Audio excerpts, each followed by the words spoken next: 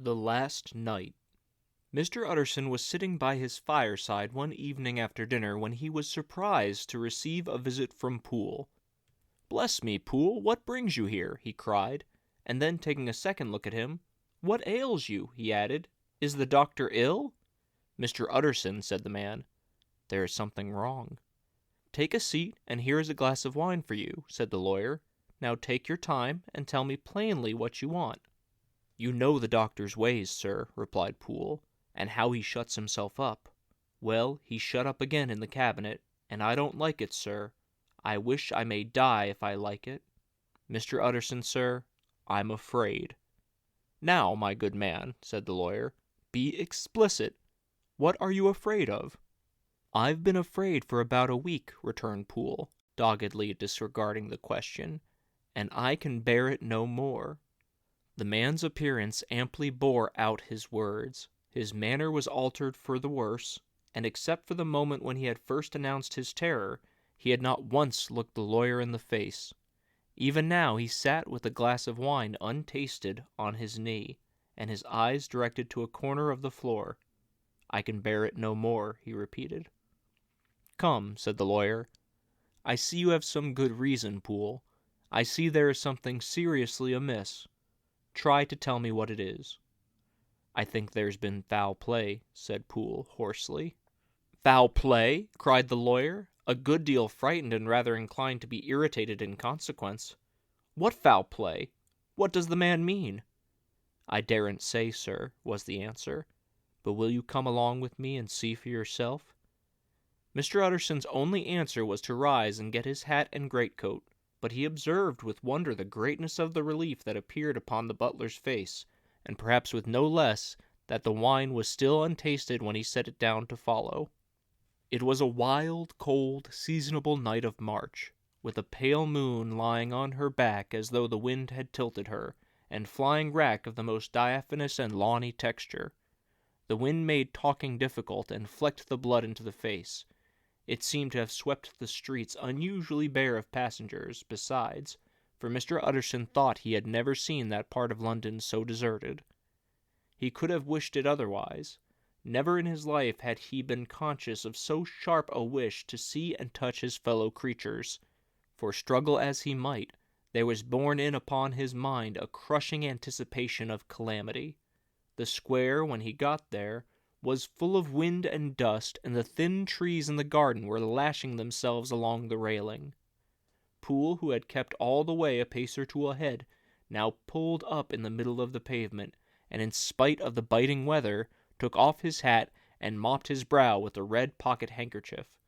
But for all the hurry of his coming, these were not the dews of exertion that he wiped away, but the moisture of some strangling anguish, for his face was white and his voice, when he spoke, harsh and broken. "Well, sir," he said, "here we are, and God grant there be nothing wrong." "Amen, Poole," said the lawyer. Thereupon the servant knocked in a very guarded manner. The door was opened on the chain, and a voice asked from within, "Is that you, Poole?" "It is all right," said Poole. "Open the door." The hall, when they entered it, was brightly lighted up. The fire was built high, and about the hearth the whole of the servants, men and women, stood huddled together like a flock of sheep. At the sight of Mr. Utterson, the housemaid broke into hysterical whimpering, and the cook, crying out, "Bless God! It's Mr. Utterson!" ran forward as if to take him in her arms. What? Are you all here?" said the lawyer peevishly. "Very irregular, very unseemly. Your master would be far from pleased." "They're all afraid," said Poole. Blank silence followed, no one protesting. Only the maid lifted her voice, and now wept loudly. "Hold your tongue," Poole said to her, with a ferocity of accent that testified to his own jangled nerves. And indeed, when the girl had so suddenly raised the note of her lamentation, they had all started and turned toward the inner door with faces of dreadful expectation. "And now," continued the butler, addressing the knife boy, "reach me a candle, and we'll get this through hands at once." And then he begged Mr. Utterson to follow him, and led him the way to the back garden. "Now, sir," said he, "you come as gently as you can. I want you to hear, and I don't want you to be heard." And see here, sir, if by any chance he was to ask you in, don't go." Mr. Utterson's nerves at this unlooked-for termination gave a jerk that nearly threw him from his balance, but he recollected his courage and followed the butler into the laboratory building through the surgical theater with its lumber of crates and bottles to the foot of the stair.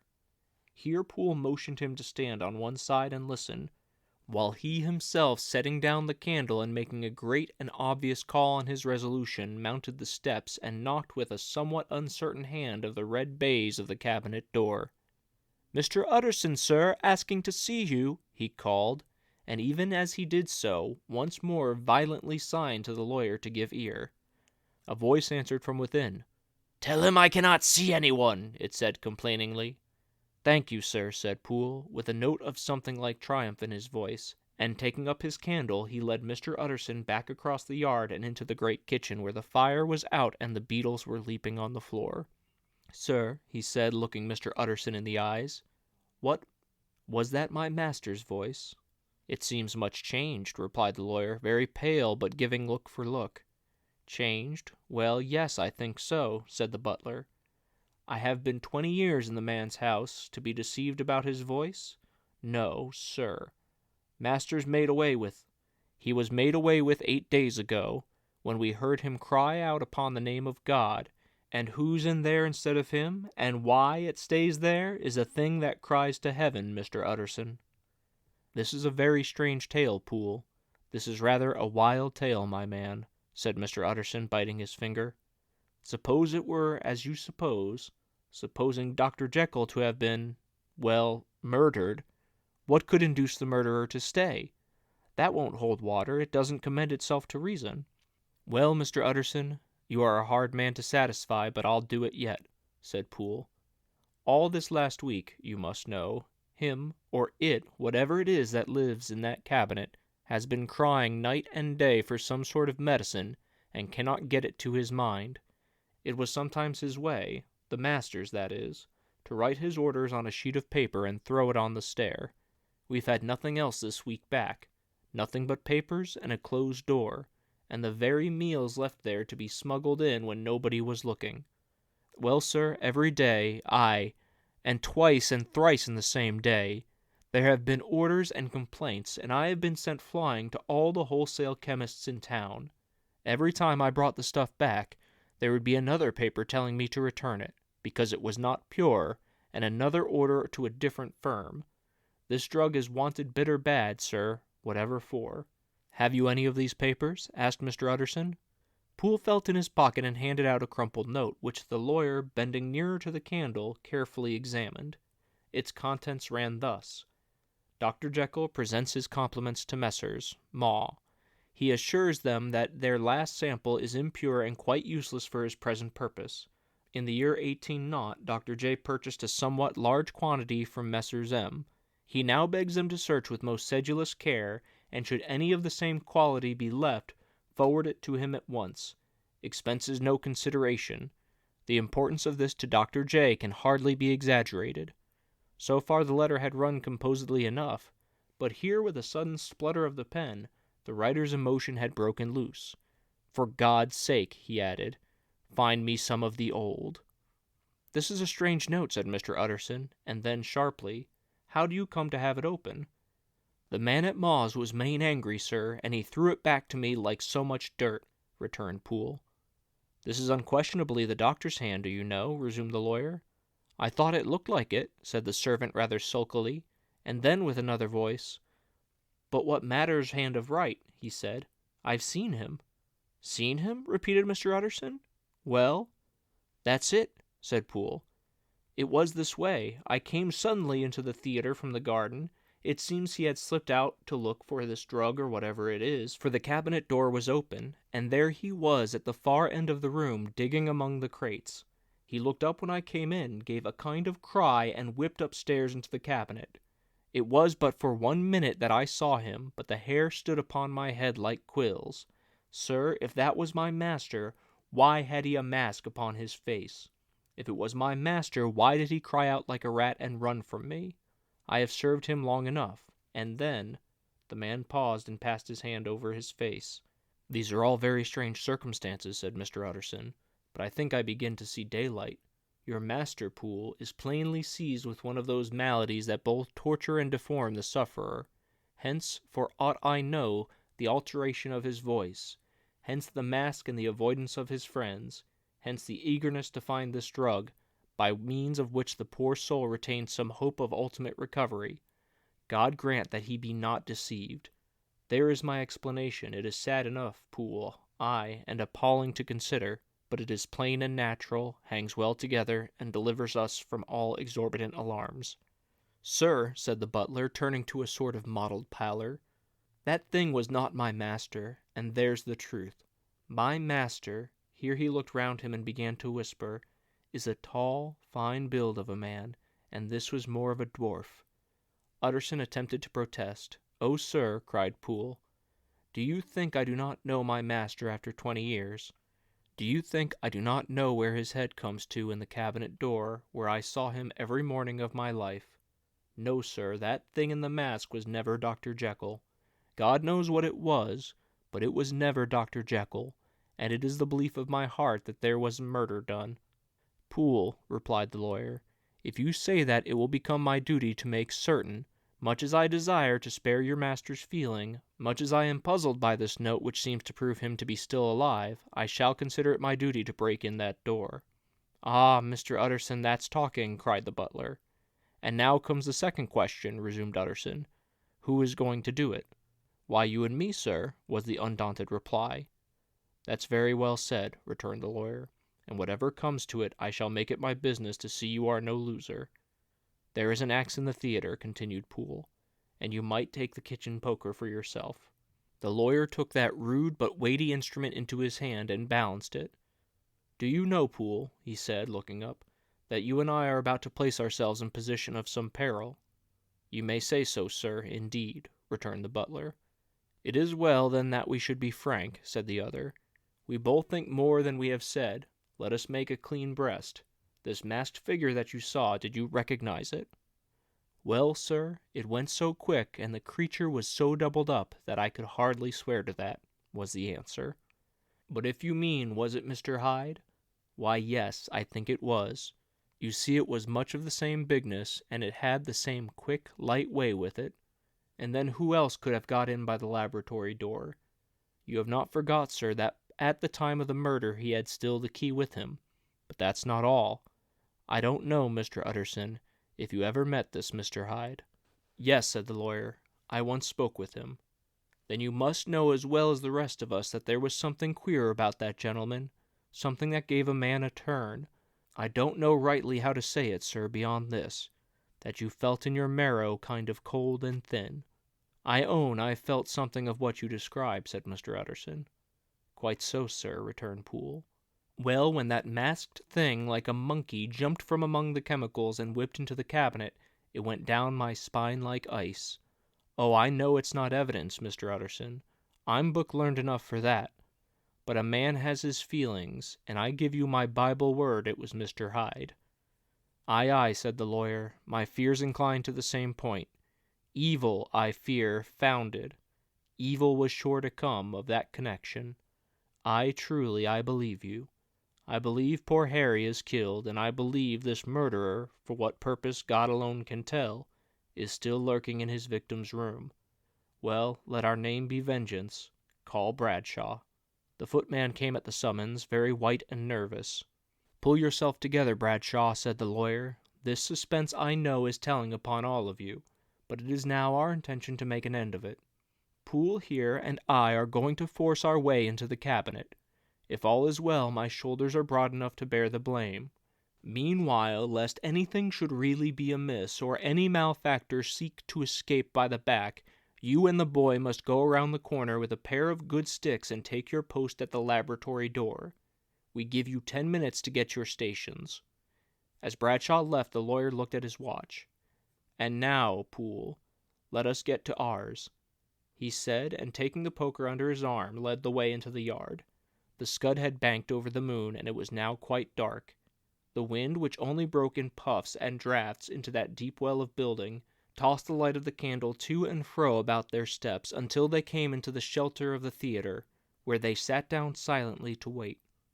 London hummed solemnly all around, but nearer at hand the stillness was only broken by the sounds of a footfall moving to and fro along the cabinet floor.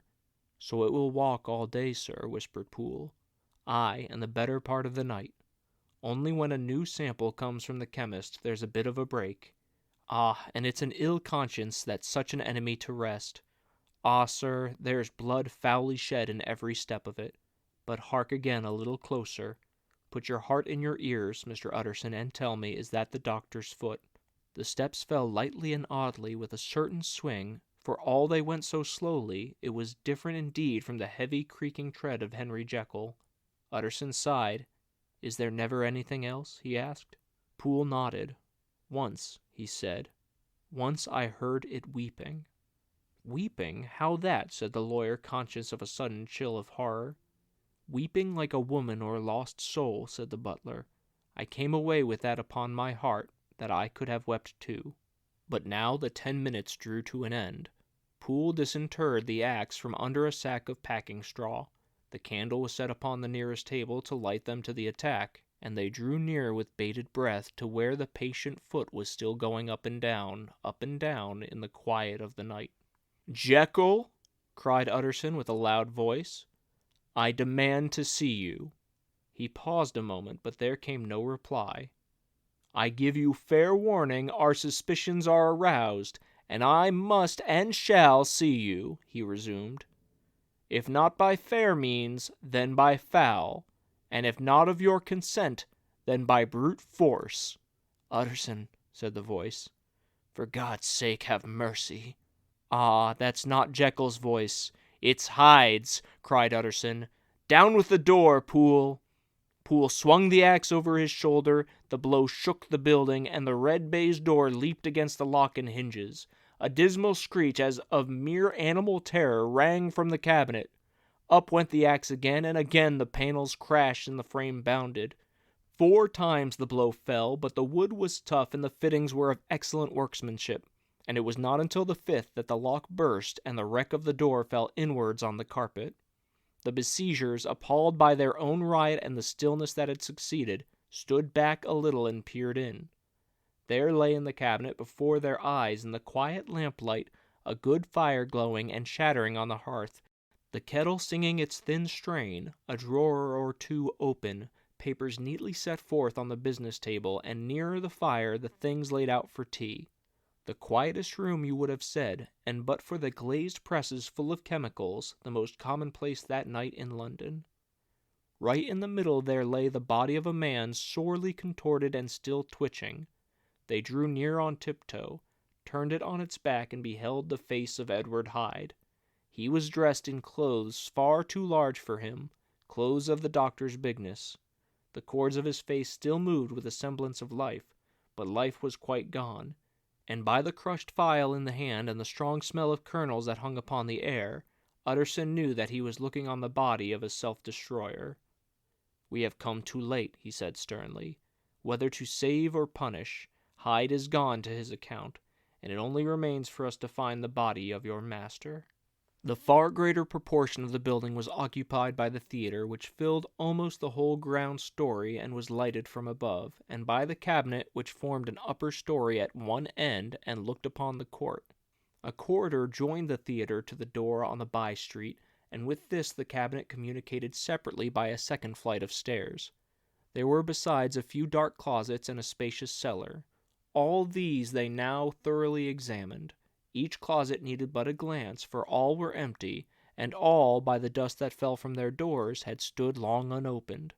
The cellar, indeed, was filled with a crazy lumber, mostly dating from the times of the surgeon who was Jekyll's predecessor, but even as they opened the door and they were advertised of the uselessness of further search, by the fall of a perfect mat of cobweb which had for years sealed up the entrance, nowhere was there any trace of Henry Jekyll, dead or alive. Poole stamped on the flags of the corridor. "He must be buried here," he said, hearkening to the sound. "Or he may have fled," said Utterson, and he turned to examine the door in the by-street. It was locked, and lying nearby on the flags they found a key already stained with rust. "This does not look like use," observed the lawyer. "Use!" echoed Poole. "Do you not see, sir, it is broken? much as if a man had stamped on it. Aye, continued Utterson, and the fractures too are rusty. The two men looked at each other with a scare. This is beyond me, Poole, said the lawyer. Let us go back to the cabinet. They mounted the stair in silence, and still with an occasional awestruck glance at the dead body, proceeded more thoroughly to examine the contents of the cabinet. At one table there were traces of chemical work, various measured heaps of some white salt being laid on glass saucers, as though for an experiment in which the unhappy man had been prevented. This is the same drug that I was always bringing him, said Poole, and even as he spoke the kettle with a startling noise boiled over. This brought them to the fireside, where the easy chair was drawn cosily up, and the tea thing stood ready to the sitter's elbow, the very sugar in the cup. There were several books on a shelf. One lay beside the tea things open, and Utterson was amazed to find it a copy of a pious work, for which Jekyll had several times expressed a great esteem, annotated in his own hand, starting with blasphemies. Next, in the course of their review of the chamber, the searchers came to a cheval-glass, into whose depths they looked with an involuntary horror. But it was so turned as to show them nothing but the rosy glow playing on the roof, the fire sparkling in 100 repetitions along the glazed front of the presses, and their own pale and fearful countenances stooping to look in. "This glass has seen some strange things, sir," whispered Poole. "And surely none stranger than itself," echoed the lawyer in the same tones. For what did Jekyll— he caught himself up at the word with a start, and then conquering the weakness. "What could Jekyll want with it?" he said. "You may say that," said Poole. Next they turned to the business table. On the desk, among the neat array of papers, a large envelope was uppermost and bore in the doctor's hand the name of Mr. Utterson. The lawyer unsealed it, and several enclosures fell to the floor. The first was a will, drawn in the same eccentric terms as the one which he had returned 6 months before, to serve as a testament in case of death and as a deed of gift in case of disappearance. But in place of the name of Edward Hyde, the lawyer with indescribable amazement read the name of Gabriel John Utterson. He looked at Poole, and then back at the paper, and last of all at the dead malefactor stretched upon the carpet. "My head goes round," he said. "He has been all these days in possession. He had no cause to like me. He must have raged to see himself displaced, and he has not destroyed this document." He caught up the next paper. It was a brief note in the doctor's hand and dated at the top. "Oh, Poole," the lawyer cried, "he was alive and here this day. He cannot have been disposed of in so short a space. He must be still alive. He must have fled. And then why fled, and how? And in that case, can we venture to declare this suicide? Oh, we must be careful. I foresee that we may yet involve your master in some dire catastrophe." "Why don't you read it, sir?" asked Poole. "Because I fear," replied the lawyer solemnly. "God grant I have no cause for it." And with that he brought the paper to his eyes and read as follows: "My dear Utterson, when this shall fall into your hands, I shall have disappeared. Under what circumstances I have not the penetration to foresee, but my instinct and all the circumstances of my nameless situation tell me that the end is sure and must be early. Go then and read the narrative which Lanyon warned me he has to place in your hands, and if you care to hear more, turn to the confession of your unworthy and unhappy friend, Henry Jekyll." "Was there a third enclosure?" asked Utterson. "Here, sir," said Poole, and gave into his hands a considerable packet sealed in several places.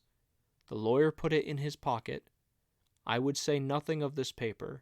If your master has fled or is dead, we may at least save his credit. It is now 10. I must go home and read these documents in quiet, but I shall be back before midnight, when we shall send for the police." They went out, locking the door of the theater behind them, and Utterson, once more leaving the servants gathered about the fire in the hall, trudged back into his office to read the 2 narratives in which this mystery was now to be explained.